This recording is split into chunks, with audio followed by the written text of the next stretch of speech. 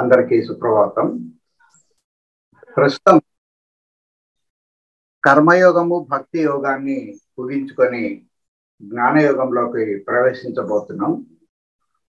ముందుగా ఒకసారి ఈ రెండింటి గురించి మనం ఏమేమి అర్థం చేసుకున్నాం అనేది పునశ్చరణ చేసి తర్వాత జ్ఞానయోగంలోకి ప్రవేశిద్దాం. 18 అధ్యాయాల భగవద్గీత ఒకే ఒక మహావాక్యాన్ని వివరించడం కోసం ప్రయత్నిస్తుందని చెప్పి తెలుసుకున్నాం. అది తత్వమసి అనేది. ఆ మహావాక్యంలో 3 పదాలు ఉన్నాయి. తత్, త్వం, అసి అనే 3 పదాలు ఉన్నాయని కూడా తెలుసుకున్నాం. తత్ అంటే పరమాత్మ, త్వం అంటే జీవాత్మ లేక నీవు, అసి అంటే అయి ఉన్నావు అని చెప్పి అర్థం. అంటే ఇదివరకే నీవు ముక్తిని పొంది ఉన్నావు, నువ్వు ముక్తిని తెచ్చుకోవాల్సిన అవసరం ఏం లేదు, తెలుసుకోవడం మాత్రమే నువ్వు చేయాల్సిన పని. అయితే నీకెందుకు నేను ముక్తిని పొందినానన్న సంగతి తెలియకుండా పోతుందంటే, నీ నిజ స్వరూపం ఏమిటో నీకు తెలియకపోవడం వల్ల, పరమాత్మ యొక్క నిజ స్వరూపం ఏమిటో నీకు తెలియకపోవడం వల్ల ఈ సమస్య నీకు వచ్చి పడింది. నీ నిజ స్వరూపాన్ని నువ్వు గ్రహించినట్లయితే అది నీవు జ్ఞానమే కానీ శరీరం కాదు, మనస్సు కాదు అనేది నీకు అర్థమవుతుంది. నీవు కేవలం జ్ఞానాన్ని మాత్రమే, కొంత శక్తి కూడా నీతో కలిసి ఉంది. అయితే నీకుండేటువంటి పరిమితమైనటువంటి జ్ఞానంలో కూడా ప్రపంచానికి సంబంధించినటువంటి అపరాజ్ఞానం ఎక్కువ ఉంది, పరమాత్మకు సంబంధించినటువంటి పరాజ్ఞానం కొద్దిగానే ఉంది. దీన్ని క్రమక్రమంగా మనం పెంచుకుంటూ పోవాలి అన్న సంగతి తెలుసుకుందాం. అయితే దీనికి సాధన ఏమిటంటే, ఒక రోజుతో లేక ఒక గంటతో ఇది లభించేది కాదు. నిరంతరము సత్సంగంలో మనం ఉండాలి. సత్సంగత్వే నిస్సంగత్వం, నిస్సంగత్వే నిర్మోహత్వం, నిర్మోహత్వే నిశ్చలతత్వం, నిశ్చలతత్వే జీవన్ముక్తి అన్నారు. జీవించి ఉండగానే మనం ముక్తి పొందాలనుకున్నట్లయితే దానికి ముందు రావాల్సిన స్థితి ఏమిటంటే నిశ్చలత అనేది రావాలి. అంటే మనసు నిశ్చలంగా నిలబడాలి అని చెప్పారు. అందుకే ఆ ఉపనిషత్తులు కూడా చెప్పేటప్పుడు ఏం చెప్తాయంటే, మనస్సును సహాయం లేకుండా పరమాత్మని పట్టుకోలేము, అయితే మనస్సును ఉపయోగించి పరమాత్మను పొందడం కూడా సాధ్యం కాదు అని చెప్పంటాయి. ఇది చూడడానికి మనకు పరస్పర విరుద్ధంగా అనిపిస్తుంది, కానీ దీంట్లో నిజానికి వైరుధ్యం అంటూ ఏమీ లేదు. ఆ మొట్టమొదటి మాటలోనే అది చాలా స్పష్టంగా చెప్పినారు. మనస్సును ఉపయోగించి పరమాత్మని పట్టుకోలేము, కానీ మనస్సును ఉపయోగించకుండా నిశ్చలంగా చేసుకున్నట్లయితే పరమాత్మను పట్టుకోగలం మనస్సు సహాయంతో అని చెప్పారు. అయితే మన నిజ ప్రపంచంలో ఇది సాధ్యమవుతుందా అని నిన్న ఒక ఉదాహరణ చెప్పమని అడిగారు. నేను కావాలనే దాన్ని దాటేశాను, ఎందుకంటే మీరేమైనా కొంచెం ఆలోచిస్తారేమో అని చెప్పి. దీనికోసం ప్రత్యేకంగా తపస్సు చేయాల్సిన అవసరం లేదు. చాలా కష్టపడి మనము ఎడమ భాగాన్ని అదుపు చేసుకోవడం, ఎందుకంటే ఎడమ భాగమే అది భూత భవిష్యత్తుల మధ్య అటు ఇటు చలనాన్ని కలిగి ఉంటుంది. ఆ చలనాన్ని తగ్గించి నిశ్చలంగా ఉండేటువంటి ప్రస్తుత కాలం లేక కుడి భాగాన్ని ఉపయోగించడం అనేది ప్రయత్నపూర్వకంగా చేయాలి. అయితే ఇది నిజ జీవితంలో కూడా మనకు ఇటువంటిది జరుగుతూ ఉంటాయి, అది కొత్త ఏమి కాదు. ఉదాహరణకి కొత్తగా మీరు సైకిల్ నేర్చుకుంటున్నారు, తొక్కడం ప్రారంభించినారు, వెనక ఎప్పటి వరకు అటు ఇటు ఇద్దరు పట్టుకున్నారు, క్రమక్రమంగా వాళ్ళు వదిలేస్తా ఉన్నారు. అంటే నీ సొంతంగా సైకిల్ తొక్కడం మొదలు పెడుతున్నావు. అది నీకు ఇష్టమైన పని. కష్టమైన పని అయితే ఇంకొక మాదిరి ఉంటుంది. ఆ సైకిల్ తొక్కడం అనే కోరిక చిరకాల కోరిక నెరవేరబోతుంది. ఇప్పుడు ఫ్రీగా అటు ఇటు తిరగగలుగుతున్నావు. మలుపులు తిరిగే చోట మాత్రం సహాయకులు నుండి మళ్ళీ తిప్పుతున్నారు, మళ్ళీ వదిలేస్తున్నారు, ఫ్రీగా పోతున్నావు. ఇప్పుడు నీ మనసు ఇక దేని మీద ఉండదు, భూత భవిష్యత్తుల ఆలోచన ఉండదు, కేవలం వర్తమానం మీద మాత్రమే ఉంటుంది. ఇది మన నిజ జీవితంలో జరిగేది. అయితే ఇది కొద్ది కాలం మాత్రమే ఉంటుంది. ఎప్పుడైతే నీకు సైకిల్ తొక్కడం అసంకల్పితంగా వచ్చేస్తుందో, ఎక్కడ స్పీడ్ పెంచాలి, ఎక్కడ వేగంగా తొక్కాలి, ఎక్కడ బ్రేకులు నొక్కాలి, ఎప్పుడు బెల్లు నొక్కాలి, ఎట్లా మలుపు తీసుకోవాలి అనేది నీకు బాగా అలవాటు అయిపోతుందో అప్పుడు అది మజిల్ మెమరీ అవుతుంది. లేక మనకు కాళ్ళకు చేతులకి ఆ శక్తి, ఆ జ్ఞాపక శక్తి వాటికి వచ్చేస్తుంది. కాబట్టి నువ్వు ఆలోచించాల్సిన అవసరం లేకుండానే అసంకల్పిత ప్రతీకార చర్య కింద మారిపోయి పెద్ద మెదడుతో అవసరం లేకుండా చిన్న మెదడుతోటే సైకిల్ తొక్కడం మొదలు పెడతాం. ఎప్పుడైతే జరిగిందో పెద్ద మెదడు ఫ్రీ అయిపోయింది, మళ్ళీ భూత భవిష్యత్తుల గురించి ఆలోచన మొదలు పెడుతుంది. మళ్ళీ కొద్ది రోజుల తర్వాత కొంచెం ఇంటర్మీడియట్ లేక డిగ్రీ స్టేజ్కి వచ్చిన తర్వాత మోటార్ సైకిల్ కొత్తగా కొనిస్తే మళ్ళీ కొద్ది రోజుల పాటు ఆ నేర్చుకునేటువంటి తతంగంలో మళ్ళీ వెనకటి స్థితికి వచ్చేస్తాం. అంటే పూర్తిగా మనసు ప్రస్తుతం మీదనే ఉంటుంది. అలాగే కారు డ్రైవ్ చేస్తున్నా కూడా చాలా మందికి చాలా సంతోషంగా ఉంటుంది. నిజానికి కారు డ్రైవ్ చేసేటప్పుడు ఇక ఎటు ఆలోచించడానికి వీల్లేదు. ఎందుకంటే స్టీరింగ్ వీల్ అనేది 1 మిల్లీమీటర్ అటు తిరిగినా ఇటు తిరిగినా కూడా ఆ వేగానికి అది పోయి ఫుట్పాత్ ని గుర్తుకునే ప్రమాదం ఉంది. అంటే మొత్తం మనసునంతా కూడా అక్కడే కాన్సన్ట్రేట్ చేస్తాము. భూత భవిష్యత్తుల గురించి అసలు ఆలోచన ఏమీ ఉండదు. ఎప్పుడైతే మనసు నిరంతర వర్తమానంలోకి మారుతుందో అప్పుడు లభించేది సంతోషం కాదు, ఆనందం. అది వస్తు ప్రపంచానిలో లభించేదేమో సంతోషం, పరమాత్మ దగ్గర లభించేదేమో లేక నిరంతర వర్తమానంలో లభించేదేమో ఆనందం అంటాం.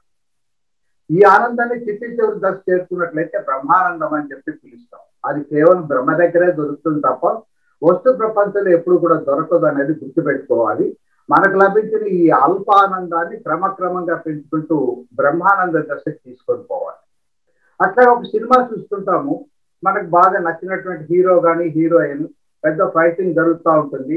హీరోయిన్ ఏమో విలన్ తరుముకొని వస్తుంటే పరిగెత్తుకొని పోతుంది. ఇక కొండ చివరకు పోతుంది, ఇంకా ముందుకు పోతే అగాధంలో పడిపోతుంది. కానీ విలన్ ఏమో వెనక నుంచి తరుముకొని వస్తున్నావు, నువ్వు వెనక నుంచి గుర్రం వేసుకొని పరిగెత్తుకొని వస్తున్నావు. ఇక అప్పుడు ఏం జరుగుతుందనే టెన్షన్ లో ఊపిరి పీల్చడం కూడా మానేసి చైర్కు బాగా ముందుకు జరిగి మొత్తం మనసును అక్కడే కేంద్రీకరిస్తాం. ఇక భూత భవిష్యత్తులు అనేటివి ఉండవు. కాబట్టి మన నిజ జీవితంలో కూడా ఇటువంటివి తగ్గిస్తూ ఉంటాయి. తప్పనిసరిగా మనము వాటిని గమనించామంతే. ఏదైనా ఒక కొత్త ప్రదేశానికి తీర్థయాత్రలకు అట్లా పోయినప్పుడు లేక పిక్నిక్ అట్లా పోయినప్పుడు ఆ కొత్త ప్రదేశాన్ని చూసినప్పుడు మనసంతా కొత్త ప్రదేశాన్ని ఆస్వాదించడంలో ఉంటుంది, భూత భవిష్యత్తులు ఉండవు. కాబట్టి అప్పుడు సంతోషం కాకుండా ఆనందంతో నిండిపోతుంది. ఏదో ఒక అలౌకికమైన ఆనందం. లేక మేఘాలు ఉండేటువంటి వర్షాకాలంలో కనుక అరకు వ్యాలీకి పోయినట్లయితే ఆ మేఘాలన్నీ కూడా కొండల చుట్టూ పరుచుకొని ఉంటే అదొక విచిత్రమైనది. మనసు అక్కడే కాన్సన్ట్రేట్ అవుతుంది, ఆనందాన్ని పొందుతుంది. అయితే ఇది కొద్ది కాలమే. మళ్ళీ కొద్ది రోజుల తర్వాత అది ఆల్రెడీ చూసేస్తున్నాం కాబట్టి మళ్ళీ అప్పుడు ఆనందం కలగదు, సంతోషం మాత్రమే కలిగితే కలగదు. నిత్య జీవితంలో ఇప్పుడు ఇది సాధ్యమే. మనం కొంచెం ప్రయత్నిస్తే అది సాధ్యం అవుతుంది. అదేం కష్టతరమైనది ఏం కాదు.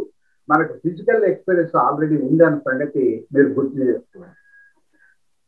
పోతే ఈ పరిమితమైన జ్ఞానాన్ని క్రమక్రమంగా పెంచుకోవడం అనేది చాలా ముఖ్యమైనటువంటి అంశం. నువ్వు ఎప్పుడైతే నీ యొక్క నిజ స్వరూపాన్ని నువ్వు తెలుసుకుంటావో అప్పుడు ఈ తత్వమసి అయినటువంటి మొదటి మహావాక్యం దగ్గర నుంచి అహం బ్రహ్మస్మి అనేటువంటి, అంటే నేనే బ్రహ్మని, నేనే పరమాత్మని, నేనే జ్ఞానాన్ని అన్న సంగతి నీకు అవగతం అవుతుంది. అది రెండవది అవుతుంది. దాంతోపాటు అసలు పరమాత్మ అంటే ఎవరు అని చెప్పి అప్పుడు వెతకడం మొదలు పెడతాం. నాకు పరమాత్మకుండే సంబంధం ఏమిటి, నాకు ఆయనకుండే సారూప్యత ఏమిటి, తేడాలు ఏమిటి అనేది గ్రహించడం మొదలు పెడతాం. అట్లా చేసినప్పుడు ఈయన ప్రజ్ఞానం బ్రహ్మ అని చెప్పి తెలుసుకుంటాం. ఇది మూడవ మహావాక్యం. నీకున్నదేమో అల్ప జ్ఞానము, పరిమిత జ్ఞానం, ఈయనకుండేది అనంత జ్ఞానం అని చెప్పి తెలుసుకుంటాం. అప్పుడు ప్రజ్ఞానం బ్రహ్మ అనే మాటని ఉపయోగిస్తాం. ఎప్పుడైతే ఈ నీకుండేటువంటి పరిమిత జ్ఞానాన్ని క్రమక్రమంగా పెంచుకుంటూ అనంతంగా విస్తరిస్తావో, ఈయనలో లీనమైపోతావు, అప్పుడు అహం బ్రహ్మస్మి, నేనే బ్రహ్మను అనే మాట అనడానికి వీలవుతుంది. కానీ వీటన్నిటికీ మూలమైన ఆధారం ఏంటంటే తత్వమసి. ముందు ఇది ఒప్పుకోవాలి. ఇది ఒప్పుకోవడానికి మనకు చాలా కష్టం.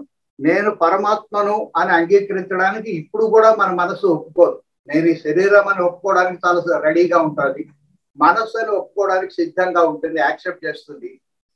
కానీ నేను పరమాత్మ నా అనే దాన్ని అంగీకరించడానికి మాత్రం చాలా చాలా కష్టపడుతుంది. దీని కారణము గత జన్మలో మనం చేసుకునే కర్మల యొక్క ఫలితమే. బుద్ధి కర్మానుసారిణి అన్నారు. ఆ గత జన్మలు బట్టే మన బుద్ధి సక్రమైన మార్గంలోకి పోకుండా వక్ర మార్గంలోకి పోవడం, అంటే నేను శరీరాన్ని అని అనుకొని పొరపాటు పడడం చేస్తూ ఉంటుంది. అందుకని ముందుగా మనం చేయాల్సిన పని ఏంటంటే నిజ జీవితంలో చెడు కర్మలు చేయకుండా ఉండాలి. చెడు కర్మలు చేసినట్లయితే అది ఇనుపగొలుసు అవుతుంది, నరకానికి తీసుకొని పోతుంది, మరొక నీచ జన్మకి దారి తీస్తుంది. ఒకవేళ సత్కర్మలు చేసినా కూడా అవి కామ్యకర్మలు కనుక అయినట్లయితే స్వర్గానికి పోతాము, ఉత్తమ జన్మ వస్తుంది, కానీ ముక్తి మాత్రం రాదు. కాబట్టి ముక్తి కావాలనుకున్నట్లయితే ఈ కామ్యకర్మలకు బదులు నిష్కామ కర్మని టేకప్ చేయాల్సి ఉంటుంది. ఫలితం నా చేతిలో లేదు, పరమాత్మ చేతిలో ఉంది అని కేవలం కర్మ చేయడం మీద మాత్రం మన దృష్టి ఉంచినట్లయితే, అంటే ప్రస్తుతం మీద మాత్రమే దృష్టి ఉంచి ఎప్పుడో రాబోయేటువంటి భవిష్యత్తులో రాబోయే దాన్ని పక్కకు పెట్టేసినట్లయితే దేహాంతర ముక్తి పొందడానికి సాధ్యమవుతుంది. ఇది విశిష్టాద్వైత పద్ధతిలో వచ్చేటువంటి ముక్తి. చాలా కష్టతరమైనటువంటి ప్రక్రియ.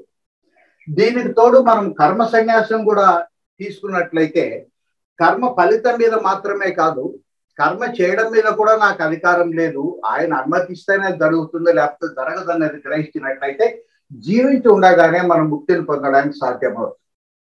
కాబట్టి జీవన్ముక్తిని పొందడానికి ఒక పద్ధతి నిష్కామ కర్మ ప్లస్ కర్మ సన్యాసం. మరొకటి సత్సంగత్వే నిస్సంగత్వం, నిస్సంగత్వే నిర్మోహత్వం, అంటే క్రమక్రమంగా ఈ జనాల మధ్య నుంచి విడిపోవడం, లేక జనాల మధ్య ఉండినా కూడా విడిగా ఉండేటువంటి దాన్ని నిస్సంగత్వం అంటాం. కాబట్టి అది ఎప్పుడు కుదురుతుందంటే సత్సాంగత్యం లేక కేవలం పరమాత్మ గురించి తెలుసుకునే తపన ఉండే వాళ్ళ దగ్గర ఉండినప్పుడు అది కుదురుతుంది. అందుకని సత్సంగం వల్ల నిస్సంగత్వం ఏర్పడుతుంది. నిస్సంగత్వం ఏర్పడిన తర్వాత నిర్మోహతత్వం ఏర్పడుతుంది. అంటే ఈ ప్రపంచం పట్ల ఉండేటువంటి ఆసక్తి క్రమక్రమంగా తగ్గుతుంది. ఎప్పుడైతే ఈ ప్రపంచం పట్ల ఉండే ఆసక్తి తగ్గుతుందో నిశ్చల తత్వం ఏర్పడుతుంది. కారణం ఏమిటంటే ప్రపంచంలో మనకు అవసరమైన అంశాలు అనేకం ఉన్నాయి. కాబట్టి అటు ఇటు ఇది కావాలి అది కావాలని చెప్పి అటు ఇటు తిరుగుతూ ఉంటాం. కాబట్టి ఆసిలేషన్ లేక చలనం అనేది ఏర్పడుతుంది. మనకు కేవలం ముక్తి మాత్రమే కావాలని ఒకే ఒక కోరిక ఉండినట్లయితే అప్పుడు ఒకే కోరిక కాబట్టి ఇంకా అటు ఇటు తిరగాల్సిన అవసరం ఉండదు, నిశ్చల తత్వం వస్తుంది. ఎప్పుడు నిశ్చల తత్వం వస్తుందో ఆటోమేటిక్ గా ఈ జీవన్ముక్తి జీవించి ఉండగానే వచ్చేటువంటిది వస్తుంది. ఈ రకమైన ముక్తి ఇది అద్వైత సిద్ధాంతానికి చెందింది. అద్వైత సిద్ధాంతం మొదట్లో కష్టంగా ఉంటుంది కానీ తర్వాత తేలిక. ఈ విశిష్టాద్వైత సిద్ధాంతం మొదట్లో తేలిగ్గా ఉంటుంది కానీ సాధించడం మాత్రం చాలా కష్టం. కాబట్టి నిజమైన నువ్వెవరు, ఏది కాదు ఏది అవును అనేది తెలుసుకోవడం కోసం మనం కర్మయోగాన్ని ఉపాయించినాం. అట్లాగే భక్తి యోగంలోన అసలు పరమాత్మ అంటే ఎవరు అని చెప్పి తెలుసుకోవడం కోసం ప్రయత్నం చేశాం. పరమాత్మ అంటే దేవతలు కాదు, భగవంతుడు కాదు, అనంత జ్ఞానం లేక అనంత శక్తి అని చెప్పి తెలుసుకుంది. దేవతలు అంటే కొద్దిగా మనకంటే ఎక్కువ శక్తి వాళ్ళకు ఉన్నమాట నిజమే, కానీ ఆ శక్తి వాళ్ళ సొంతమేం కాదు. వాళ్ళ పైన ఉండేటువంటి ఎవరైతే ఆ ఆజ్ఞాపిస్తున్నారో ఆ మహావిష్ణువు యొక్క శక్తిని వీళ్ళు ద్వారాదత్తం చేసుకొని వాళ్ళ ద్వారా ప్రపంచానికి అందిస్తూ ఉంటారు. కాబట్టి మనకంటే ఎక్కువ శక్తివంతులేవాళ్ళు. అయితే ఈ దేవతల్లో కూడా కొంతమందికి తాము పరమాత్మని అన్న సంగతి తెలిసి ఉంటుంది, కొంతమందికి తెలియదు మన మాదిరిగా. కొంతమందికి తెలిసి ఉండినా కూడా వాళ్ళు ముక్తిని పొందడానికి మాత్రం లేక పరమాత్మను చేరడానికి మాత్రం అవకాశం లేదు. కేవలం మానవుడికి మాత్రమే అవకాశం ఉంది అన్న సంగతి మనం గుర్తుపెట్టుకోవాలి. కాబట్టి దేవతలు అంటే అగ్నిదేవుడు, వరుణదేవుడు, వాయుదేవుడు ఇట్లాంటి వాళ్ళందరూ కూడా ఆ శ్రీ మహావిష్ణువు యొక్క మీద ఆధారపడి ఆయన శక్తిని అవసరమైన చోట అటు ఇటు డిస్ట్రిబ్యూట్ చేసే వాళ్ళే మాత్రమే, కానీ వాళ్ళకి సొంత శక్తి అంటూ ఏమీ లేదు. అందుకని భగవంతుని లేక శ్రీ మహావిష్ణుని దేవాది దేవుడు అని చెప్పి అంటాం. అయితే దేవతలకు దేవాది దేవుడికి తేడా ఏమిటంటే దేవతలకు తాము భగవంతుడు అన్న సంగతి తెలియకపోవచ్చు, తెలిసిన ముక్తి పొందడానికి అవకాశం లేదు. కానీ భగవంతుడికి మాత్రం నేను పరమాత్మని అని చెప్పి తెలియడం మాత్రమే కాకుండా నిరంతరం ఆ పరమాత్మతో అనుసంధానం అయి ఉంటాడు. నేనే పరమాత్మని, అహం బ్రహ్మస్మి అనేటువంటి మాట అతనికి తెలుసు. కాకపోతే నిజానికి ఆయనే పరమాత్మ. అయితే పరమాత్మ అనంతంగా ఉండినప్పుడు లేక కనిపించకుండా ఉండినప్పుడు ఆయన పట్టుకోలేం కాబట్టి భక్తుల సౌలభ్యం కోసం ఆ ఉండేటువంటి ఒకే ఒక పరమాత్మ ఒకే ఒక భగవంతుడి కింద రూపొందినాడు. ఆయనే మహావిష్ణువు, ఆయనే శివుడు, ఆయనే బ్రహ్మ. అందుకని నిన్న ఆ తేడా లేకుండా ఉండడం కోసం ఒక ఎగ్జాంపుల్ చెప్పాము. ఈ నాణ్యానికి ఒకవైపు శివుడు, ఇంకొక వైపు విష్ణువు, ఈ అంచెమో బ్రహ్మ, ఉండేది కూడా ఒకే ఒక భగవంతుడు. కాకపోతే ఆయన శరీరాన్ని కలిగి ఉన్నాడు, ఒక లోకానికి పరిమితమై ఉన్నాడు. కానీ నిజమైన పరమాత్మ మాత్రం అనంతంగా అంతటా విస్తరించి ఉంటాడు. ఆయన అనంతంగా ఉండాలంటే శరీరం ఉండకూడదు, లోకం ఉండకూడదు. అప్పుడు మాత్రమే మొత్తముని వ్యాప్తి చెందడానికి అవకాశం ఏర్పడుతుంది. కాబట్టి ఆయన అనంతుడైతే ఆయనకు శరీరం ఏమిటంటే శరీరం లేదు, జ్ఞానమే ఆయన యొక్క శరీరం, జ్ఞానమే ఆయన యొక్క శక్తి అని చెప్పి తెలుసుకున్నాం. కాబట్టి జ్ఞానము శక్తి రెండు కలిసిన దాన్నే పరమాత్మ అని చెప్పి అంటాం. ఈ రెండింటిని ఎప్పుడు విడగొట్టడానికి సాధ్యం కాదు, ఆ రెండు ఎప్పుడు కలిసే ఉంటాయి. పరమాత్మ మాత్రం అంతటా వ్యాపించున్నాడు కాబట్టి ఆయన కదలలేడు. శక్తి మాత్రమే కదిలి మన కోసం వస్తువుగా మారి ఆ పరమాత్మను పట్టుకోవడం కోసం సహాయపడుతుందని చెప్పి తెలుసుకున్నాం. ఇది పూర్తిగా మనకు అవగతం కావాలంటే ఏం చేయకూడదు, ఏం చేయాలనే సంగతి కూడా మనం తెలుసుకున్నాం. క్షుద్ర దేవత ఆరాధన కనుక చేసినట్లయితే నరకంలో పడతాం, మళ్ళీ ఒక నీచ జన్మ వస్తుంది. క్షేమ దేవత ఆరాధన కనుక చేసినట్లయితే స్వర్గం, ఉత్తమ జన్మ వస్తుంది, కానీ ముక్తి మాత్రం రాదు. మనము సగుణ బ్రహ్మ ఆరాధనని మొదలు పెట్టాలి. సగుణ బ్రహ్మ ఆరాధన అంటే త్రిమూర్తుల్లో ఉండేటువంటి బ్రహ్మ మాత్రం కాదు, మొత్తం ఈ ప్రపంచం అంతా కూడా ఉన్నది ఒకే ఒక పరమాత్మ. కాబట్టి ఏ వస్తువు వచ్చినా కానీ, ఏ వ్యక్తి వచ్చినా కానీ, ఏ దేవుడు వచ్చినా కానీ, ఏ దేవత వచ్చినా కానీ, ఏ జాతి వచ్చినా కానీ, ఏ పక్షి వచ్చినా కానీ అది పరమాత్మ నుంచి మాత్రమే వచ్చి ఉంటుంది. ఇంకొక మాదిరి రావడానికి అవకాశం లేదు, ఎందుకంటే మూలం ఒకటి ఉంది కాబట్టి. దానికి ఆ వస్తు రూపంలోకి శక్తి మారినప్పుడు మనకు కనిపించడం మొదలు పెడుతుంది. మనకు ఆత్మ లేక చైతన్యము లేక జ్ఞానము అనేది కనపడదు, శక్తి కూడా కంటికి కనిపించదు. మన కనపడడం కోసం ఆ శక్తే పంచభూతాల కింద అది రూపాంతరం చెందింది. ఈ పంచభూతాల కింద రూపాంతరం చెందింది ఒక వస్తువు కింద ఏర్పడుతుంది. ఈ వస్తువు కింద ఏర్పడినప్పుడు దానికి ఒక రూపం వస్తుంది. ఆ రూపంతో పాటు దానికి ఒక పేరు పెట్టాల్సిన అవసరం ఏర్పడుతుంది. ఎందుకంటే ఒకే వస్తువు అయితే పేరు అవసరం లేదు. అనేక వస్తువులు, ఒక మట్టి కుండ, మట్టితో చేసిన తొట్టి, అట్లాగే ఒక దీపం చెమ్మె లేక ఒక బొమ్మ మట్టితో తయారు చేసినట్టయితే ఒకదానికి ఉన్న రూపం ఇంకో దానికి లేవు కాబట్టి ఒక్కొక్క దానికి ఒక్కొక్క పేరుతో పిలవాల్సి వస్తుంది. అయితే మనం ఎంతసేపు ఈ నామరూపాత్మకమైన ప్రపంచం మాత్రమే నిజం అనుకుంటున్నాం. ఈ నామరూపాత్మకమైన ప్రపంచానికి మూలమైనటువంటి పరమాత్మని మాత్రం మనం మర్చిపోతాము. కేవలం మనము ఆ నామాన్ని రూపాన్ని విస్మరించడం గనక మొదలు పెట్టినట్లయితే ఆ మూల రూపం అక్కడే దొరుకుతుంది. ఎందుకంటే కుండను బయట తడిమినా లోపల తడిమినా మట్టే ఉంటుంది, కానీ మరొక పదార్థం లేక మట్టి కాని పదార్థం అంటూ ఏముండదు. ఏ వస్తువును తడిమి చూసినా కూడా అదే ఉంటుంది. ఆ మూల రూపాన్ని వెతకడం అనేది పని మనం చేయాలి. ఆ మూల రూపమే తన యొక్క మాయ వల్ల అనేక రూపాలు దాలుస్తుంది, అనేక పేర్లు వస్తాయి. కానీ మూల రూపాన్ని మనం గుర్తుపట్టకుండా మిగిలిన పేర్లను నామరూపాలు మాత్రం పట్టుకొని దాన్నే ప్రపంచం అనుకుంటున్నాం. ఉదాహరణ కోసం ఎండాకాలం వచ్చినట్లయితే సముద్రంలో నీళ్లు పైకి మేఘాలు పై మేఘాల కింద ఏర్పడతాయి. సముద్రంలో ఉన్నది నీళ్లే, మేఘంలో ఉన్నది కూడా నీళ్లే, కానీ దాన్ని నీళ్లు అని చెప్పాను, మేఘము అంటాం. కాసేపటికి కొంచెం శీతల వాతావరణం ఏర్పడితే ఆ నీళ్లు కిందికి రావడం మొదలు పెడతాయి, కానీ వాటిని నీళ్లు అని చెప్పాను, వర్షము అంటాం. ఈ వర్షం కింద పడినప్పుడు ఒక చిన్న ప్రాంతంలో పడినట్లయితే కుంట అంటాం, లేకపోతే బావి అంటాం, లేక చెరువు అంటాం. ఇంకొంచెం ఎక్కువైనట్లయితే ఏరు అంటాం, ఇంకా పెద్దగైనట్లయితే నది అంటాం.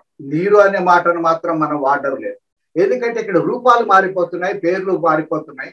దాంతో పాటు మన దృష్టి కేవలం రూపాలకి నామాలకి మాత్రం పరిమితమైంది. ఈ నది పారి నదీనాం సాగరో గతి, తిరిగి మళ్ళీ పోయి సముద్రంలోనే కలిసిపోతుంది. అంటే తను నదినే అనే ఉనికిని అది కోల్పోతుంది. గోదావరి నది ఎక్కడ పుట్టిందంటే సాధారణంగా పలానా చోట అని చెప్తారు. నిజానికి గోదావరి నది ఎక్కడ పుట్టింది అంటే అది కూడా సముద్రంలోనే పుట్టింది. నర్మదా నది అక్కడే పుట్టింది, గోదావరి నది కూడా అక్కడే పుట్టింది. అవన్నీ ప్రవహించి తిరిగి సముద్రంలోకే చేరుకుంటాయి. వీటన్నిటికీ రూపాలు వేరు, నామాలు వేరుగా ఉండినప్పటికీ వీటన్నిటిలో మూలంగా ఉండేది ఏమిటంటే ఒక జలం మాత్రమే. ఆ జలం అనేటి మూలాన్ని ఎప్పుడైతే మనం పట్టుకోగలుగుతామో ఇవన్నీ కూడా తాత్కాలికమైనటివే, అవన్నీ సత్యాలు కాదు, నిజాలు అని గ్రహిస్తాం. సత్యం అంటే శాశ్వతంగా ఉండేది, నీరు శాశ్వతంగా ఉంది. ఈ నిజాలు అనేటివి వస్తున్నాయి పోతున్నాయి. మేఘాలు జనిస్తాయి, అవి వర్షం పడగానే మేఘం అంతా కూడా మాయమైపోతుంది. అట్లాగే నీరు భూమిలో ఇంకిపోతుంది, అది మాయమైపోతుంది. మళ్ళీ నదిగా ప్రవహిస్తుంది, సముద్రంలో కలిసిపోయిన తర్వాత నది మాయమైపోతుంది, మళ్ళీ తిరిగి సముద్రం మిగులుతుంది. దీన్నే చనిపోవడం అంటారు. అంటే నది ఎప్పుడైతే సముద్రంలో కలుస్తుందో అది నదిగా చనిపోయింది, సముద్రంగా మారిపోయింది. మనం చనిపోవడం అనగానే ఇంకా పోయినాము, ఇంకా మళ్ళీ మనకు పుట్టగతులు లేవని చెప్పి భయపడతా ఉంటాం. కానీ జీవించి ఉండగా చనిపోయినట్లయితే దాన్ని సమాధి స్థితి అంటాం. అటువంటి పరిస్థితుల్లో మనం సముద్రంగా మారిపోతాం తప్ప చనిపోవడం అనేది లేదు. ఎందుకంటే ఎప్పుడు మనం చనిపోయే అవకాశం కూడా లేదు అని చెప్పి తెలుసుకున్నాం. ఇట్లా మొత్తం అంతా కూడా సగుణ బ్రహ్మనే అనేది మనం జాగ్రత్తగా ముందు అలవాటు చేసుకోవాలి. ఇట్లా అలవాటు చేసుకోవడం వల్ల మనకు కలిగేటువంటి మంచి లాభం ఏమిటంటే, ప్రపంచంలో మనం ప్రేమించేటువంటి వస్తువులు వ్యక్తుల సంఖ్య తక్కువ, మనం ద్వేషించేటువంటి వ్యక్తులు వస్తువులు పరిస్థితుల సంఖ్య ఎక్కువ. దీనివల్ల ఒక రకమైన అసమతౌల్యం మనలో ఏర్పడింది. ఇదేమో కొద్దిగా ఉంది రాగము, ద్వేషం మాత్రం చాలా ఎక్కువ ఉంది. దీని క్రమక్రమంగా అంతా కూడా పరమాత్మ అని చెప్పి ఎప్పుడైతే తెలుసుకుంటామో ఈ రెండు దాదాపు ఈక్వల్ గా సమానమయ్యే పరిస్థితి ఏర్పడుతుంది. ఈ సమతులిత అనేది స్థితి ఎప్పుడైతే మనం చేరుకుంటామో సమాజ స్థితి చేరుకోవడానికి కూడా మనకు తేలిక అవుతుందని చెప్పి తెలుసుకుంటాం. ఇప్పుడు జ్ఞాన మార్గంలో ఎంటర్ అయ్యే ముందు మనకు ఒక మేజర్ ప్రాబ్లం ఒకటి నిన్న ఏర్పడింది. అదేంటంటే,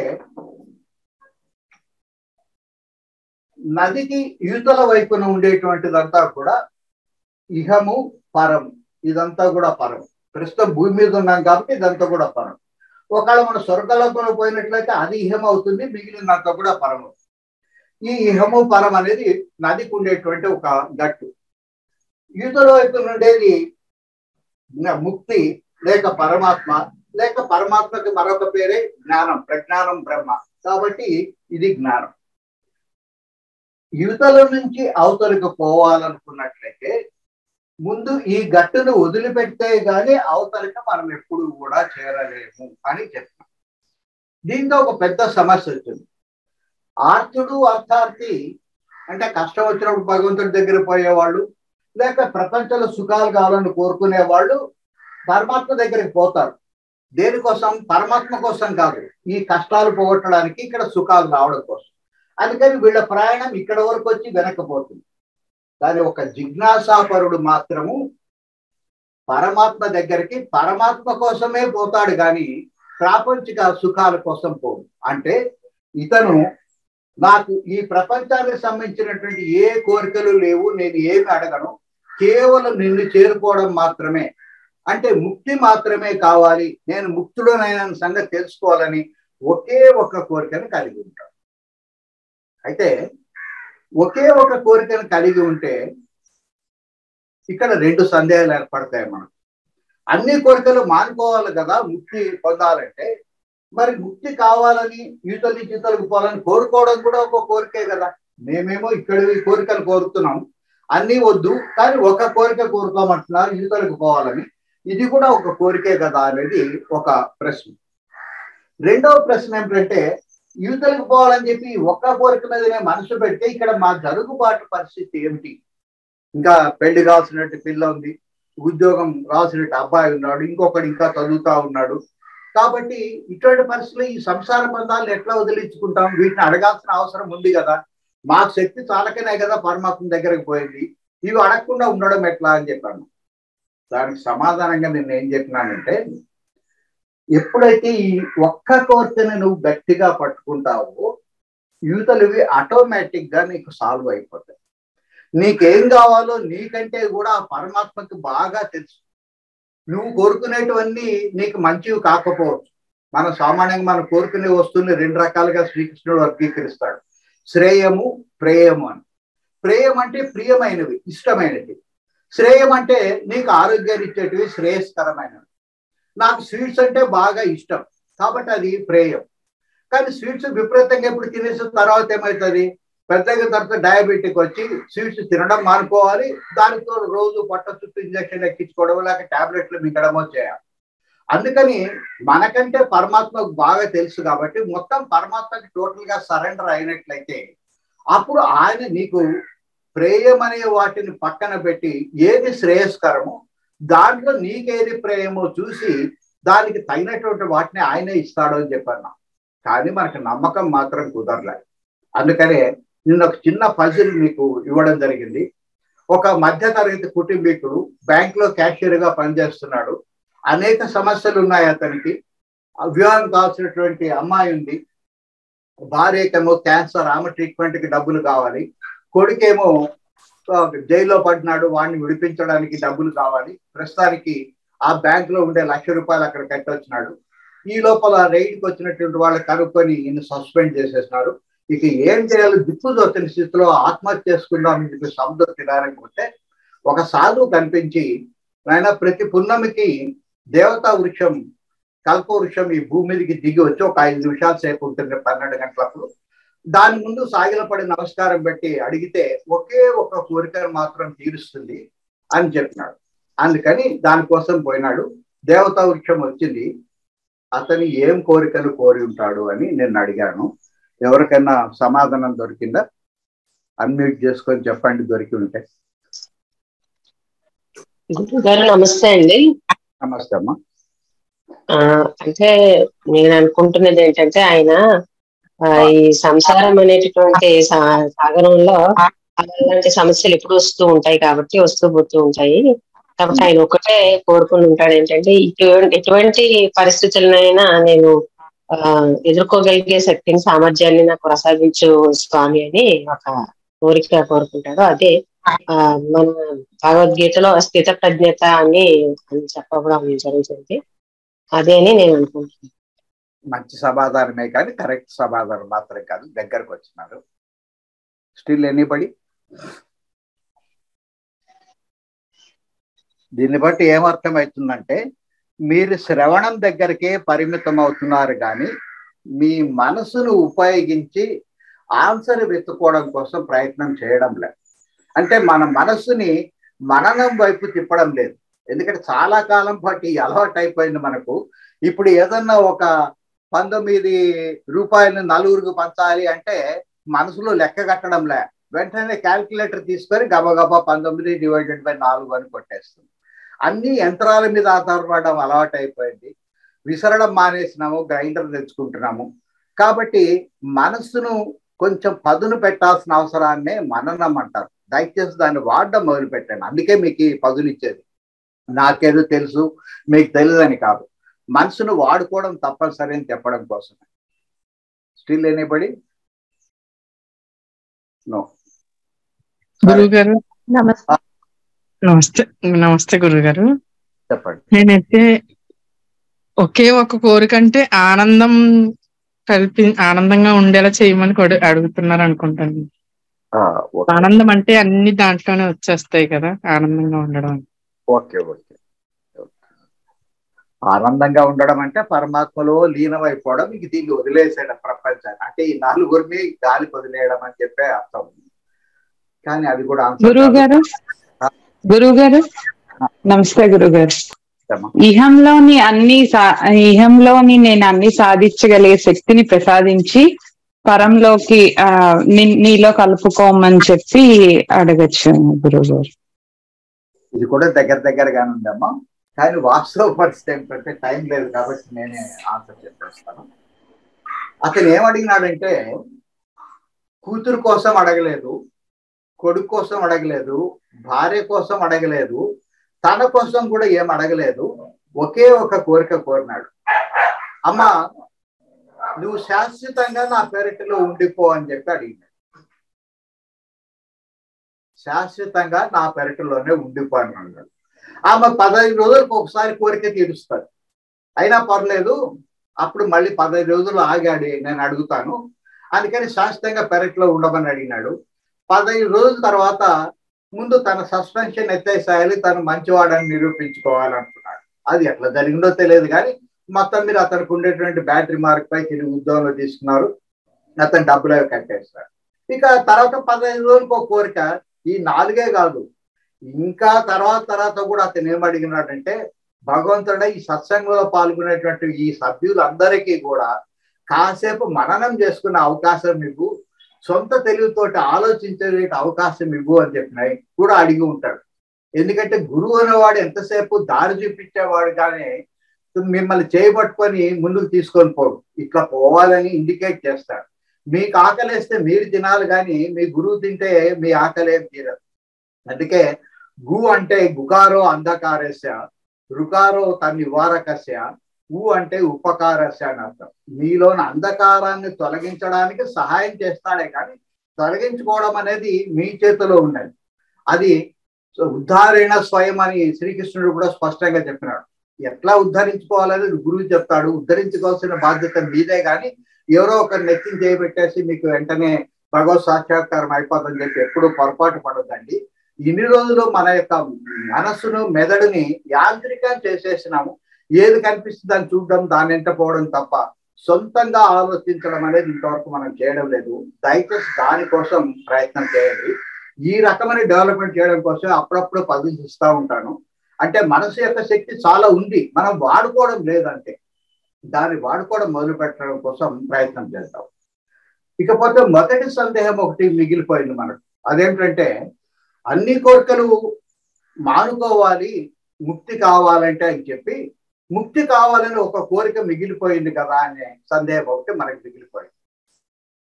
ఇది అర్థం చేసుకోవడం కోసం ఇంకొక చిన్న ఉదాహరణ తీసుకుందాం. ఒక ఆయన ఒకరోజు ఒక అడవిలోకి పోయినాడు. అక్కడెక్కడో తేనె పట్టు ఉంది, లేకపోతే ఒక ప్రత్యేకమైన మొక్క ఒకటి ఉంది, అది తీసుకురమ్మని చెప్పన్నాడు వైద్యం కోసం వైద్యుడు. దానికోసం వెతుకుతూ లోపలికి పోయినాడు. అనుకోకుండా దూరం నుంచి ఒక ఎలుగుబంటు తన వైపు పరిగెత్తుకొని వస్తుండని చూశాడు. ఇక పరుగో అక్కడి నుంచి వెనకకి పరిగెత్తినాడు. అక్కడేమి రోడ్లు ఉండవు, సిమెంట్ రోడ్లు ఉండవు అడవిలో, కనీసం కాలిబాట అంటూ కూడా ఏది ఉండదు. పాపం విరామం లేకుండా, అలసట లేకుండా పరిగెత్తుకొని ఇంట్లోకి వచ్చేసినాడు. కాళ్ళ నిండా ముళ్ళు గుచ్చిపోయినాయి, చెప్పులు ఎట్టుపోయినాయి తెలియదు, ఎక్కడ చొక్కాలు ఎక్కడ తిరిగిపోయినాయి తెలియదు. బయటకు వచ్చి పడ్డాడు. మొత్తానికి ఒక సేఫ్ జోన్కి వచ్చినాడు. ఇప్పుడు 2 కాళ్ళ నిండా ముళ్ళు బాగా గుచ్చుకున్నాయి. నడిచి ఇంకొంచెం లోపలికి పోతాయి కానీ అది బయటికి పోయేటువంటి అవకాశం లేదు. అటువంటి పరిస్థితులకు ఏం చేస్తాడంటే ఆ పక్కనే ఉండేటువంటి ఒక పెద్ద ముళ్ళుని తీసుకొని ఈ ముళ్ళను అన్నిటినీ క్రమక్రమంగా తీసేస్తాడు. ఆ పెద్ద ముళ్ళే ముక్తి కావాలనేటువంటి కోరిక. ఈ ముళ్ళన్ని తీసేసిన తర్వాత ఈ ముళ్ళను కూడా పారేస్తాడు, పెద్ద ముళ్ళు. దాన్ని మెళ్ళ వేసుకొని మళ్ళీ ఊర్లోకి ఊరేగింపుగా ఏం తీసుకొని పోడు. కాబట్టి మిగిలినటువంటి ముళ్ళన్నీ కూడా ప్రపంచ సంబంధమైన కోరికలు వాడుకునే కొద్ది లోపల దిగుతాయి. కానీ ముక్తి కావాలనే కోరిక ఏదైతే ఉందో అది ఈ ముళ్ళనన్నిటినీ తొలగించడం కోసం సహాయం చేస్తుంది. ముళ్ళు తొలగిపోయిన తర్వాత ఆ ముళ్ళను కూడా మనం పారేస్తాం. ఇంకొక ఎగ్జాంపుల్ ని మనం కన్సిడర్ చేద్దాం. ఒక అతను మళ్ళీ ఇట్లాగే అడవిలో ఏదో అవసరమైంది పోయినాడు. వెతికి అలసిపోయి ఆ మొక్క ఇంకా దొరకలేదు. తెచ్చుకున్నటువంటి టిఫిన్ కాస్త తిని బాగా చల్లగా ఉంది వాతావరణం, నిద్రపోయాడు.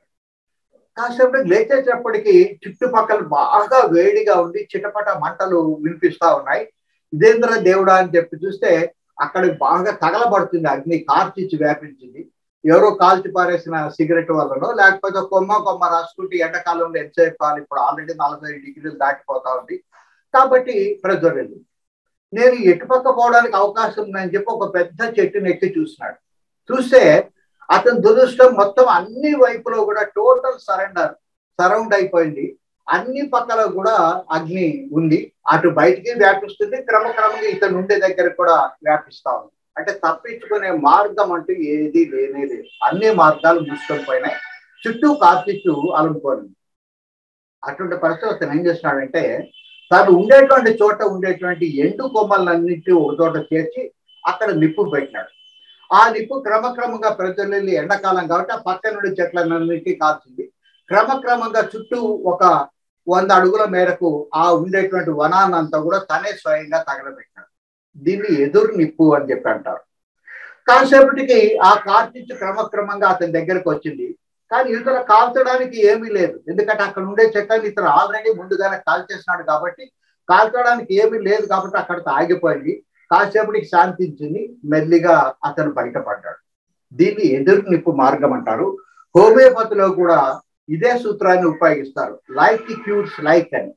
మనకు ఒకవేళ చలిజ్వరం కనుక వచ్చినట్లయితే హోమియోపతి మందు ఎటువంటిది ఇస్తారంటే, ఏ రకమైనటువంటి మూలికను తీసుకుంటే లేక మందును తీసుకుంటే, మదర్ టించర్ తీసుకుంటే ఈ చలి జ్వరం కలిగిస్తుందో అటువంటి మందునే ముందు ఇతని నోట్లో వేస్తారు.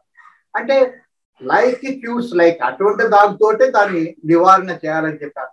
అందుకే హోమియోపతిలో పర్మనెంట్ గా రిలీఫ్ వస్తుంది, తాత్కాలికమైనటువంటిది మాత్రం కాదు.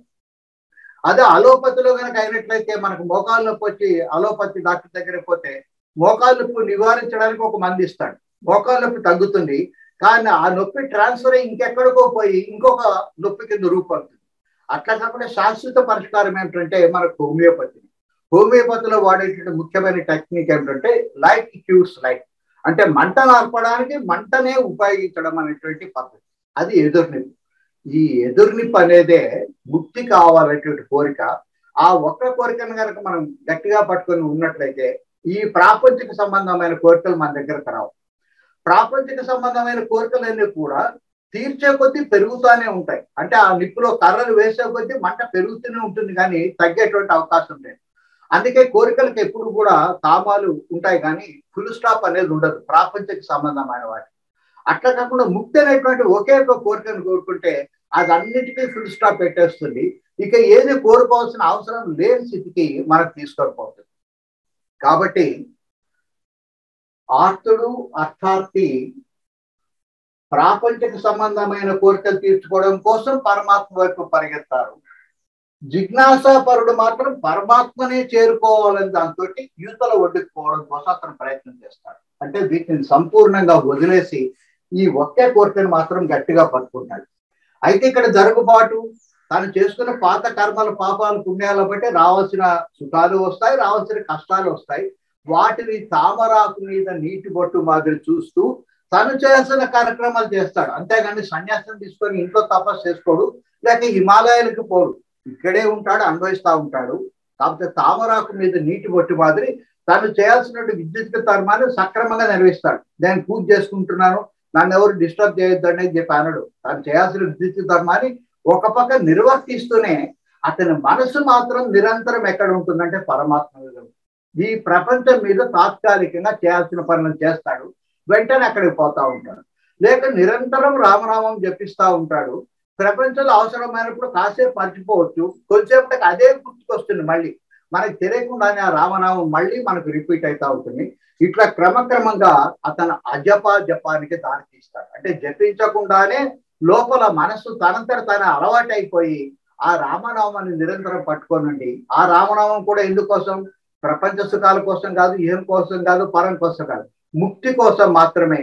అత్యంత తొందరగా ఒక 3 సార్లు అంటే చాలు 1000 సార్లతో సమానమై తొందరగా మనం ముక్తిని కాలే ఏకైక సాధనం. జాగంటి కోటేశ్వరరావు గారు చెప్పినట్టుగా 2 సాధనాలు ఉన్నాయి. ఒకటి సన్యాసం తీసుకొని గురువు దగ్గరికి పోయి శివ పంచాక్షరి దీక్ష తీసుకొని ఆయన చెప్పినట్టుగా చేయడం ఒకటి. ఇది సాధ్యమైతే అది చేయండి. అది కుదరకపోతే మిగిలిన ఆల్టర్నేటివ్ ఒకటే, ఆ రామనామం మాత్రమే తారక మంత్రం తరింపజేసేది. యువతల ఒడ్డు నుంచి అవతల ఒడ్డుకి చేర్చిన శక్తి అత్యంత సులభంగా వేగంగా చేర్చగల శక్తి ఒక్క తారక మంత్రానికి మాత్రం ఉంది. మిగిలిన మంత్రాలు కూడా పనికొస్తాయి, మరి కొంచెం స్లో కావచ్చు, కానీ అత్యంత స్పీడ్గా ఉపయోగించేది అది ఒకటే కాబట్టి దాన్ని గట్టిగా పట్టుకుంటాడు. దీంతో ఇప్పుడు మనము జ్ఞాన మార్గంలోకి ప్రవేశం చేద్దాం. జ్ఞాన మార్గంలో మనకు ప్రధానంగా 3 మెట్లు ఉంటాయి. ఒకటి శ్రవణం, రెండవది మననం, మూడవది నిధి ధ్యాసనం. శ్రవణం అంటే చదవడం కానీ లేక వినడం కానీ. ఇప్పుడు మనం చేస్తున్నటువంటి పని అదే. అయితే అది మనసు పెట్టి వినాలి. మనసు పెట్టి విన్నదానికి మనసు లేకుండా విన్నదానికి ఉండే తేడా మీకు తెలుసు. ఒక్కోసారి పరీక్షలో ఫెయిల్ అవుతాం. చదివినా కానీ ఎందుకు ఫెయిల్ అయినామంటే మనసు పెట్టి చదవలేదు. ఏదో చదవాలి కాబట్టి, ఇంట్లో వాళ్ళు చూస్తున్నారు కాబట్టి బలవంతంగా ఏదో మనసు ఎక్కడో పెట్టి గట్టిగా గడగడ చదివినా కూడా అది లోపలికి అబ్జార్బ్ కాలేదు, కాబట్టే ఫెయిల్ అవుతాం. ఇంకొకసారి బుద్ధి వచ్చిన తర్వాత మనసును అంతా అక్కడ కేంద్రీకరించి, అంటే ఊహాలోకలకి భూత భవిష్యత్తులకి అటు ఇటు తిరగకుండా మనసును అక్కడే పెట్టి ఏకాగ్రత ఎప్పుడైతే చదువుతామో పరీక్ష పాస్ అయిపోతాం. కాబట్టి శ్రవణం మొట్టమొదటి చేయాల్సిన పని. ఈ శ్రవణంలో కరెక్ట్ అనేది ఏది అనేది మనం సెలెక్ట్ చేసుకోవాలి.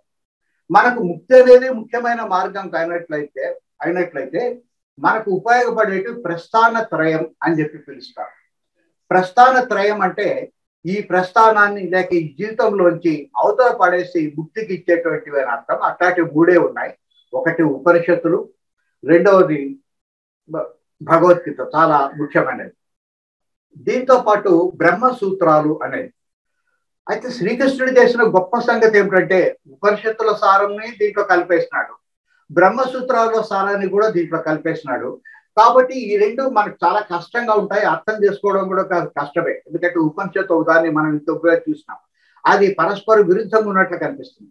అందుకని వీటన్నిటి పక్కన పెట్టి భగవద్గీతని భక్తి శ్రద్ధలతోటి చదవడం మాత్రమే కాకుండా లోపల ఉండేటువంటి అంతరార్థం ఏమిటి, పరమార్థం ఏమిటి అనేది తెలుసుకోవడం కోసం ప్రయత్నం చేయాలి. ఈ అంతరార్థం పరమార్థం ఎట్లా తెలుసుకోవాలనేది నేను లలితా సహస్రనామాలకు పోయిన తర్వాత నెక్స్ట్ మంత్ దీని కంటిన్యూషన్ గా లలిత సహస్రనామాలు ఎంతవరకు వీలైతే అంతవరకు చెప్దామని అనుకుంటున్నాను. అది భగవద్గీత ఇప్పుడు వరకు ఫాలో అయిన వాళ్ళకి మాత్రమే అది అవసరం కూడా, కాబట్టి అది ఇంకా ఫైనలైజ్ కాలేదు. కానీ దట్ ఈస్ మై ప్రపోజల్. ఈ అంతరార్థము పరమార్థాన్ని గ్రహించి తెలుసుకోవడం అనే దాన్ని మననం అని చెప్పి అంటాం. ఈ మననం అనే దశని మనం సరిగా చేయడం లేదు. అందుకని ఇందాక అతను ఏం కోరుకుంటాడంటే మనం రకరకాలుగా ఆలోచించినాం, కానీ పరమాత్మను పట్టుకుంటే అన్ని సాల్వ్ అయిపోతాయన్న సంగతిని పక్కకు పెట్టేసింది. కాబట్టి ఈ మననం అనేది అవసరం. ఈ మననం విషయంలో జ్ఞాన మార్గంలో మనకు పరమాత్మకి మనకు పరమాత్మ కనపడకుండా ఉండేటువంటి ఏమేమి అడ్డంగా ఉన్నాయి, ఏమేమి తెరలు ఉన్నాయి, అవి నిజమైన తెరలేనా లేక కల్పితమైన తెరలేనా, అసలు ఈ తెరలనే ఆధారం చేసుకుని లేక ఈ అడ్డాలనే ఆధారం చేసుకొని దాన్నే బ్రిడ్జి కింద మార్చుకొని పరమాత్మను ఎట్లా పొందడానికి వీలుంటుంది అనేది వివరించే దాన్నే జ్ఞాన యోగం అని చెప్పండి. అయితే జ్ఞాన యోగంలో ఒకే ఒక మార్గం అనేది మాత్రం లేదు. దాదాపు ఒక 20-30 రకాలైనటువంటి మార్గాలు ఉన్నాయి. అయితే ఇన్ని చెప్పడం ఎందుకు, ఏదో ఒక్కటి చెప్పొచ్చు కదా, నాకు ఇంత కన్ఫ్యూజన్ ఎందుకు అంటే అక్కడ వినేటువంటి చెప్పే ఆయన ఒక్కడే శ్రీకృష్ణుడే, కానీ వినేవాళ్ళు ఒక్కరు కాదు, రకరకాలైన వాళ్ళు ఉంటారు. దాంట్లో కొంతమంది వయోవృద్ధులు ఉంటారు, కొంతమంది జ్ఞానవృద్ధులు ఉంటారు, పండితులు ఉంటారు, పామరులు ఉంటారు, వ్యవసాయదారులు ఉంటారు, వ్యాపారస్తులు ఉంటారు, చిన్నపిల్లలు ఉంటారు, స్త్రీలు లేకపోతే పురుషులు ఉంటారు. రకరకాలైన వర్గాల వాళ్ళు అక్కడ ఉండడం వల్ల అనేక రకాలైన మార్గాలు చెప్పాల్సిన అవసరం ఏర్పడింది. ఒక డిగ్రీ కాలేజీలోన డిగ్రీ వాళ్ళకి పాఠం చెప్పేటప్పుడు లెక్చరర్కి పెద్ద కష్టమేం లేదు. ఎందుకంటే ఎవరైతే ఇంటర్మీడియట్ పాస్ అయి ఉంటారో వాళ్ళని మాత్రమే డిగ్రీలు తీసుకుంటారు తప్ప 1వ తరగతి వాడిని లేక బజార్లో పోయేవాడిని అసలు చదువు దాంట్లో తీసుకొచ్చి డిగ్రీలు ఎవరు కూడా కూర్చోబెట్టారు. అంటే ఈ డిగ్రీ యొక్క పాఠ్యాంశాలు నేర్చుకోవడానికి అవసరమైనటువంటి పునాది అంతా కూడా ఇంటర్మీడియట్ లో పడి ఉంటుంది. అంతా ఒకే రకమైన వయసు కలిగిన వాళ్ళు, ఒకే రకమైన ట్రైనింగ్ కలిగిన వాళ్ళు ఉంటారు. కాబట్టి వాళ్ళకి చెప్పడం తేలికే, కానీ అందరూ ఒకే మాదిరి వీటిని స్వీకరిస్తారని చెప్పి అనుకోవడానికి వీల్లేదు. ఒక లెక్చరరు ఒక్కొక్కరికి ఒక్కొక్కసారి పాఠం ఏం చెప్పాడు, అందరు కలిపి సామూహికంగా ఒకేసారి పాఠం చెప్తాడు. కానీ ఆ పాఠం వినడంలోనే ఒకరేమో 99 మార్కులు తెచ్చుకొని డిస్టింక్షన్ సంపాదిస్తాడు, ఒకడు 39 మార్కులు తెచ్చుకొని జస్ట్ పాస్ అవుతాడు, ఇంకొకడు 9 మార్కులు తెచ్చుకొని ఫస్ట్ క్లాస్ లో ఫెయిల్ అయిపోతాడు. కాబట్టి ఆయన చెప్పిన పాఠంలో తేడా ఏమీ లేదు, కానీ స్వీకరించడంలో రెసిప్టివిటీలో తేడా ఉంది.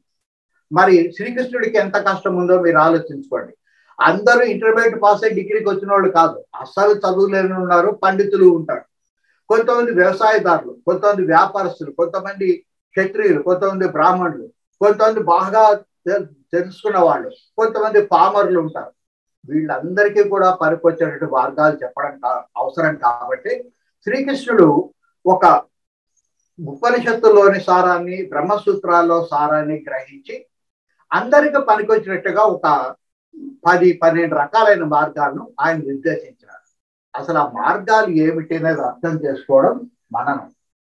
మననంలో అర్థం చేసుకోవడం మాత్రమే కాదు, నాకేది పనికి వస్తుందని సెలెక్ట్ చేసుకోవడం కూడా చాలా ఇంపార్టెంట్.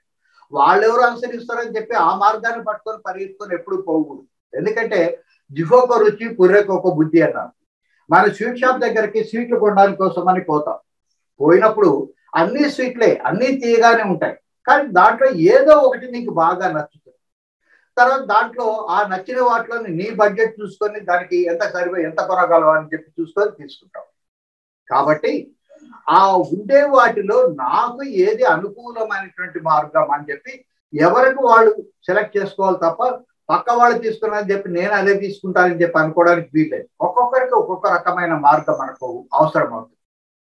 దానిని మననం అంటాం. మననం అయిన తర్వాత దీన్ని నిజ జీవితంలో ప్రాక్టీస్ చేయడం మొదలు పెట్టాలి. దీన్నే నిధి ధ్యాసనం అని చెప్పి పిలుస్తాం.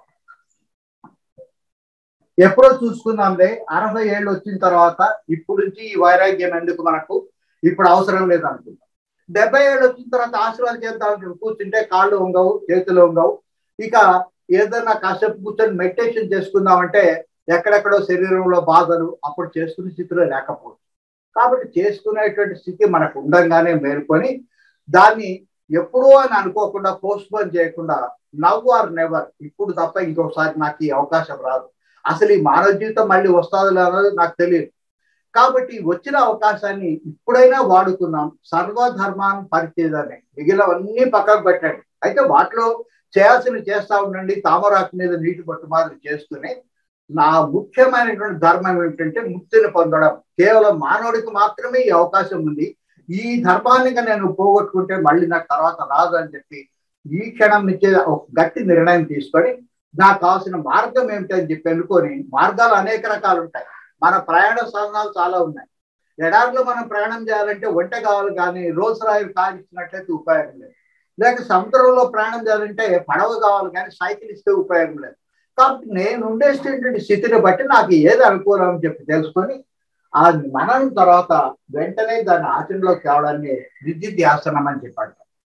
కాబట్టి ఈ ఉండేటువంటి అడ్డంకులు ఎన్ని రకాలుగా ఉన్నాయి, అవి నిజంగా అడ్డంకులైనా వాటిని ఎట్లా మనం ఉపయోగించుకోవచ్చు, వాటిని ఎట్లా దాటాలా అనే సంగతి తెలుసుకునే దాన్ని మనము జ్ఞాన యోగము అని చెప్పంటాం. దాని గురించి ఇప్పుడు తెలుసుకుందాం.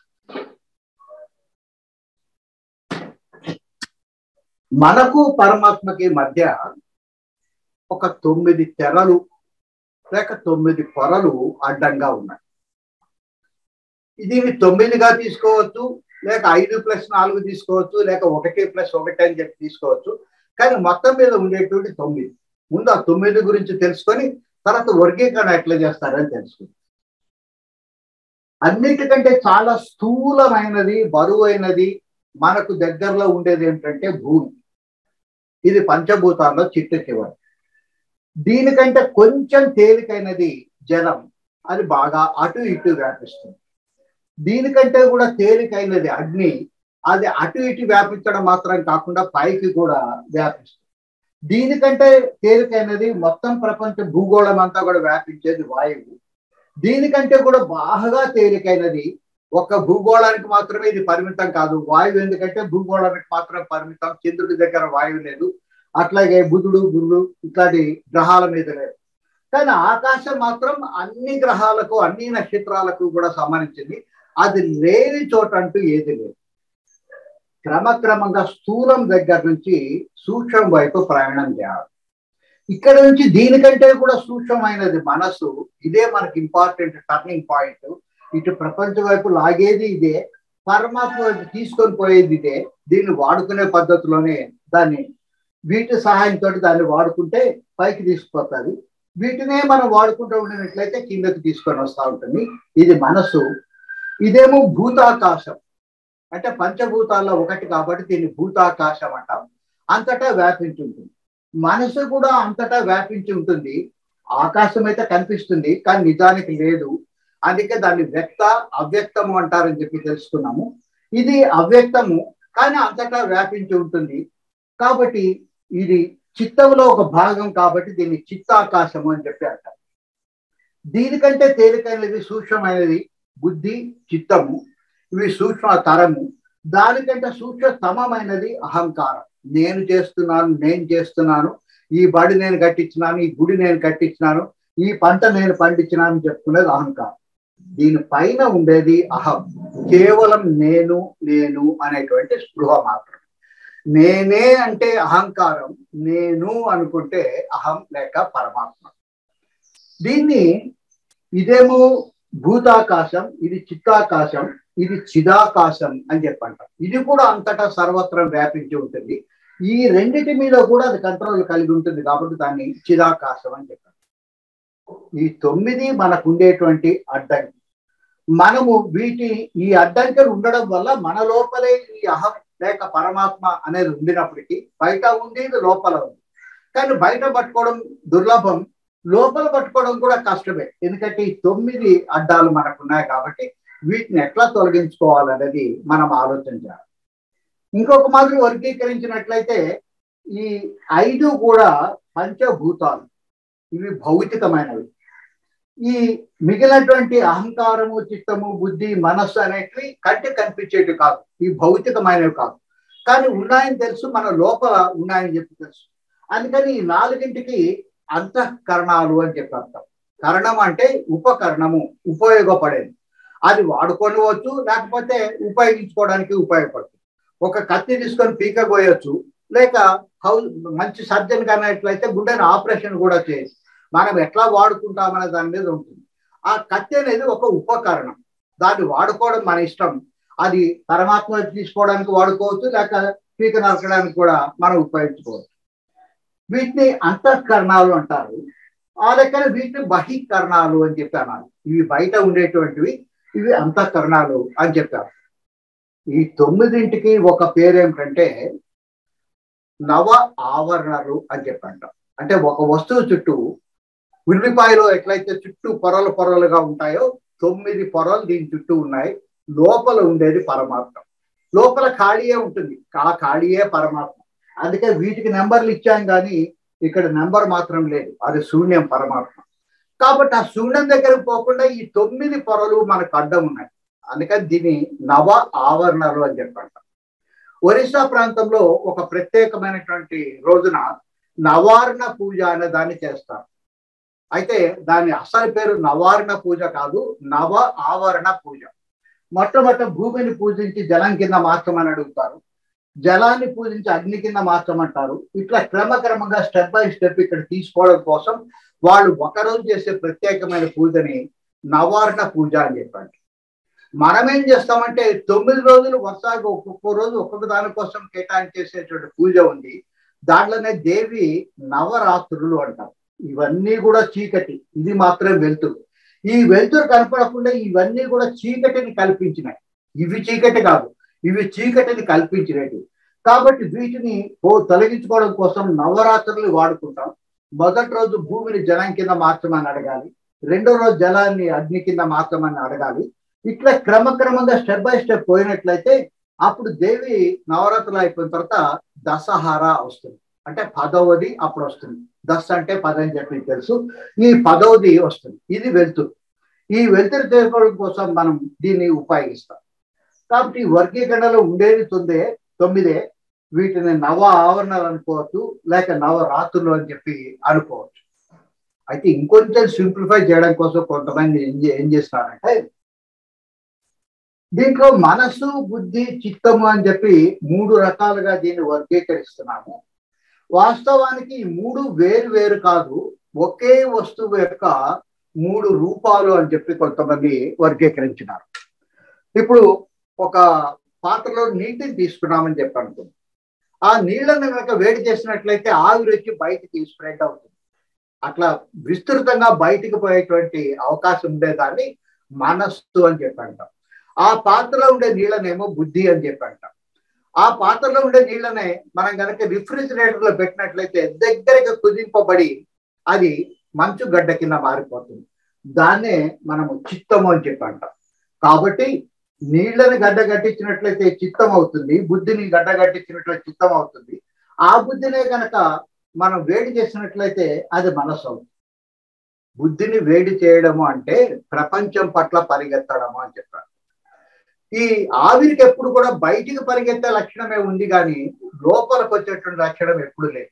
అది నిరంతరం బయటికే పరిగెత్తా ఉంటుంది. అందుకని చాలా చాలా చాలా కష్టపడి తిరిగి బుద్ధి కిందికి దాన్ని మార్చుకోవాలి.